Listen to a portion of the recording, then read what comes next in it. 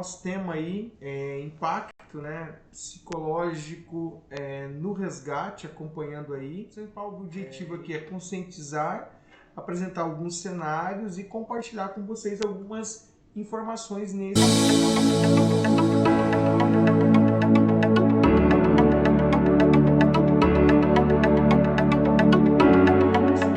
contexto, tá?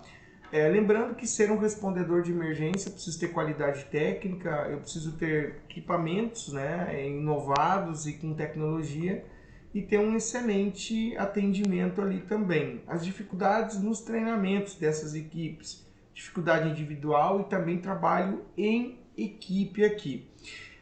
Há uma entrega em cada aula. Pelo esforço de todos nos pequenos detalhes, a vida pode surgir pela técnica mais refinada. Então, se há uma entrega e há um esforço de todos, são nos pequenos detalhes dos treinamentos, das técnicas, do trabalho individual e em equipe que surge a vida através das técnicas mais refinadas. Então, todo treinamento ele produz algum tipo de conhecimento. Essa marca que vocês estão vendo aí é a MaxCAD. O principal objetivo de todo o treinamento é melhorar a habilidade dos colaboradores, aperfeiçoamento, aumentar a motivação e desenvolver a habilidade de quem dá aula, do próprio instrutor. Uma das grandes dificuldades que nós enfrentamos como instrutores também é realizar simulados realísticos dentro de indústria, das empresas e corporações também, tá? Aqui, por exemplo, é uma técnica de fixação de marcas com a MaxCAD. Percebo que é trabalho em equipe. Por mais que eu tente individualizar ali, eu preciso trabalhar em equipe. Então, os treinamentos eles visam desenvolver essas habilidades. Então, se todos falam ao mesmo momento, não dá para se ouvir. Então, é necessário surgir líderes e todo líder ele tem que saber ser liderado. Então, um exemplo aqui nesse slide é a formação de uma equipe de resgate para trabalho em altura, baseado na norma regulamentadora 35, onde cada trabalhador fica um de frente para o outro, ali desenvolvendo aquela habilidade, né? E aí eles trocam as posições. Isso é uma técnica andragógica. Dentro das empresas nós temos planos de emergência, que é a PGR, e temos os serviços de emergência no Brasil, que é o 92 SAMU e o 93. Então, geralmente, quem faz resgate são 193. E empresas privadas também, principalmente nas rodovias, né, tem esse tipo de atendimento. Mas é comum também, talvez aí você que nos assiste na sua cidade não tem SAMU, ou talvez na sua cidade ainda não tem também o Corpo de Bombeiros Militar. E aí como que é feito isso? Geralmente acionando o próprio hospital. Então os hospitais e as cidades que não têm esse serviço de 192 e 193 precisam treinar suas equipes em atendimento pré-hospitalar como respondedores de emergência. Por quê? Porque traumas acontecem, né? E na tríade trimodal do trauma, você sabe que existem os picos, primeiro, segundo e terceiro pico de morte. Isso é o PHTLS traz na 10ª edição.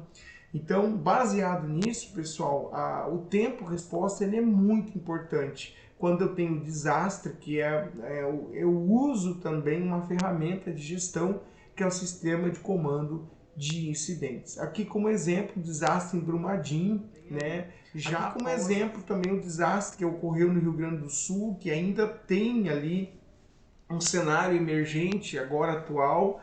Então, assim, os manejos, as pessoas, né? Ali você pode olhar na imagem aí o rapaz amarrando uma corda no poste, lanchas, trazendo suprimento, as pessoas na água. Então, assim, perderam tudo que tinha. Então o que seria um desastre? Então, todo desastre ele vai gerar uma crise e requer uma atenção rápida e eficiente, mas muitas vezes essa atenção ela não chega pela crise, pela dificuldade de acesso, local remoto.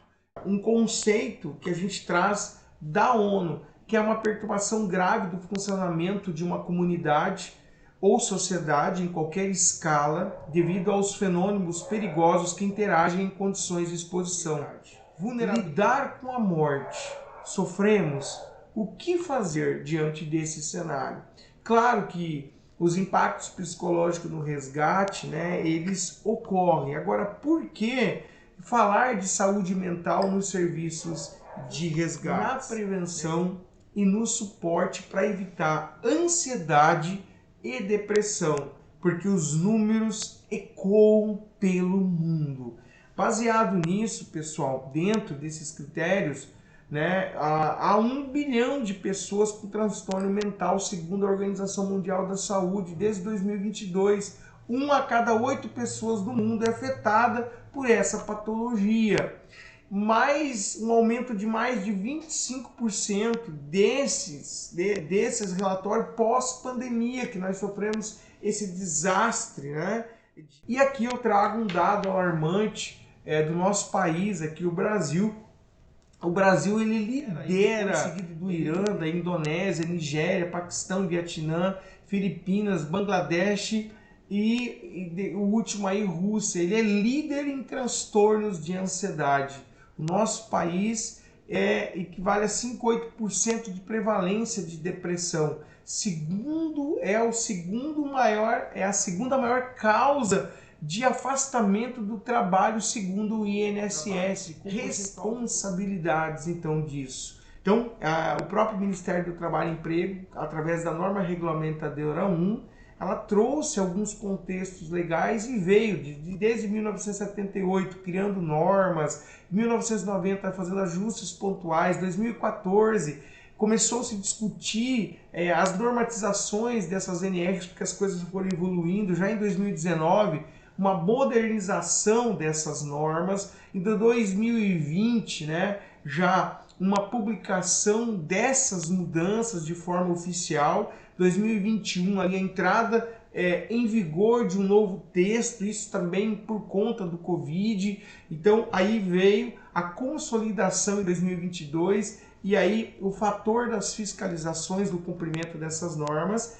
Em 2025, os fatores psicossociais como parte essencial da NR1, onde as empresas brasileiras terão que incluir no seu escopo, na avaliação de riscos, ali, os riscos psicossociais no seu processo de gestão de saúde e segurança do trabalho. Então, e como conceito-chave, quando a gente trabalha os efeitos psicológicos nos atendimentos de resgate, eu preciso entender que eu tenho estresse ocupacional, eu tenho ansiedade, eu tenho depressão e eu tenho burnout. Tudo isso pode acontecer nos diversos ramos de atendimentos e a importância de identificar precocemente e evitar esses agravamentos. Então, melhorando a saúde mental através de 3 práticas simples aqui de um bem-estar psicológico dentro da empresa ou da corporação, que é a conscientização. Eu preciso estar consciente do que eu estou sentindo, do que eu estou observando no meu contexto familiar, social, de trabalho. Eu preciso então ter uma prevenção disso e eu preciso promover saúde ali dentro daquele contexto. Mas isso também requer que o trabalho em equipe, eu preciso estar 100% inserido dentro dele, principalmente nessa área de resgate, de resposta à emergência. Então, o ser líder também é cobrado, também gera impactos e ele precisa causar influência, mas líderes também sofrem. Vou colocar aqui um adendo, os psicólogos, né? Não se falava dentro da psicologia como respondedores e aqueles que vão atuar na recuperação daqueles desastres de pessoas como Brumadinho, Rio Grande do Sul. Até hoje pessoas não conseguiram se reerguer, ainda não conseguiram construir a sua casa. Senhoras de 80, 82 anos que perderam tudo que tinha, como que elas vão reconstruir tudo isso? Né? Então, assim, percebo que uma vida toda ali nos seus bens. Então, a psicologia, existem normas técnicas, e dentro da norma técnica do próprio Conselho Federal de Psicologia, ela traz uma gestão integral dos riscos em desastres.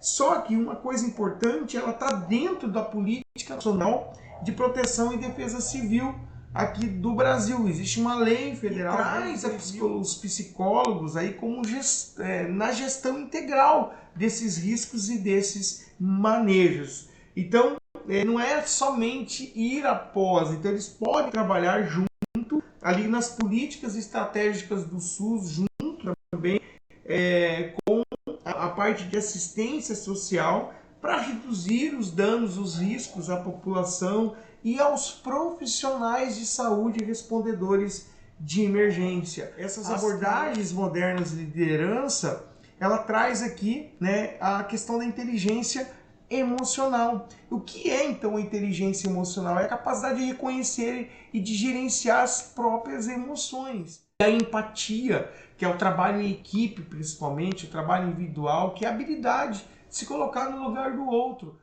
A comunicação verbal, mas não violenta. É importante, então é uma técnica de comunicação baseada nas observações objetivas, sentimentos, necessidades e pedidos claros, evitando julgamentos e as acusações.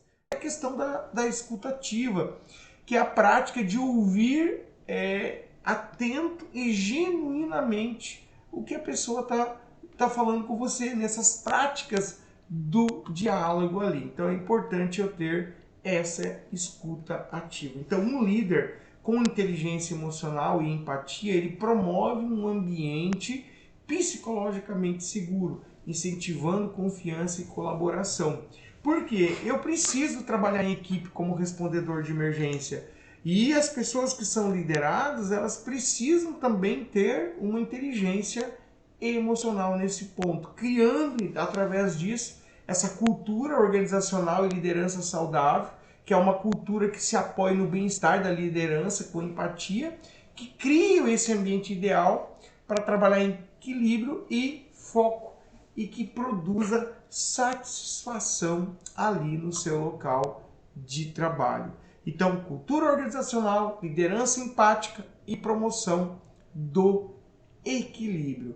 Então, entender e praticar estratégias de prevenção, diálogo e acolhimento nos torna uma equipe mais resiliente. Como implementação aqui, a gente coloca o programa de saúde mental, que vai tratar aqui o diagnóstico, pesquisas, né, entrevistas, os indicadores, as metas. Às vezes eu preciso reduzir X% de metas para evitar afastamento, estresse e aumentar o engajamento da minha equipe ali também. E ações práticas, treinamentos contínuos, canais de escuta ativa ali, apoio, incentivo, férias sem interromper as férias muitas vezes. Isso também gera um desconforto para o colaborador. Monitoramento e ajuste, escolher feedbacks, medir resultados, melhorar os processos ali dentro da empresa, dentro da corporação. Então, saúde mental não é apenas uma obrigação legal ou corporativa, mas um compromisso humano. É importante ali você dar essa resposta, esse feedback, respeitar a crença, a individualidade, o trabalho em equipe.